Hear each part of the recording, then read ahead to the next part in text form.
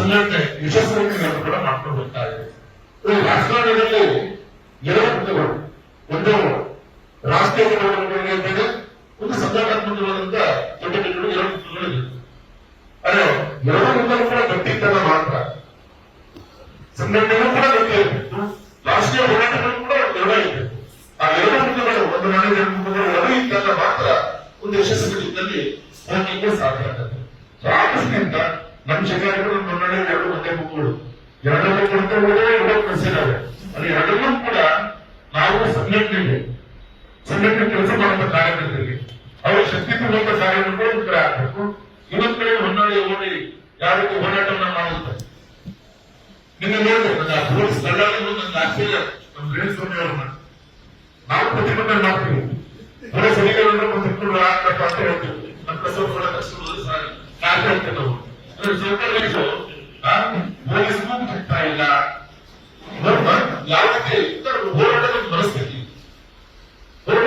ಯಾವ ರೀತಿ ನಮ್ಮ ರೇಣುಸ್ವಾಮಿ ಇದೆ ಅಂತೇಳಿ ನಾವೆಲ್ಲರೂ ಕೂಡ ಅರ್ಥ ಮಾಡ್ಕೊಳ್ಳೋಣ. ಹೋರಾಟ ಸರಿಯಿದೆ.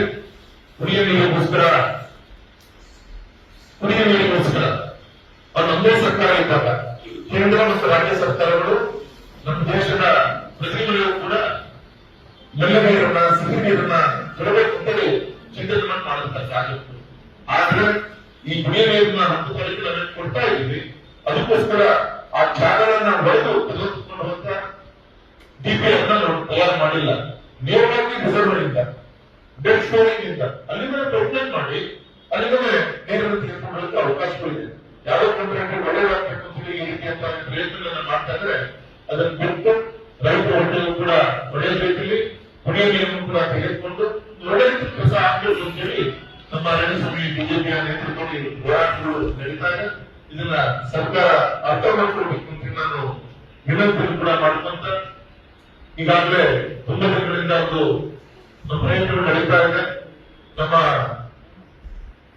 ಹೊಸಪೇಟೆಯಿಂದ ಹರಿಹರ, ಹೊನ್ನಾಳಿ, ಚೀಲೂರು, ಒಳಲೂರು ಮುಖಾಂತರ ಶಿವಮೊಗ್ಗಕ್ಕೆ ರಾಷ್ಟ್ರೀಯ ಹೆದ್ದಾರಿ ಆಗ್ಲಿಕ್ಕೋಸ್ಕರ ಸಾಕಷ್ಟು ಪ್ರಯತ್ನಗಳು ಆಗ್ತಾ ಇದೆ.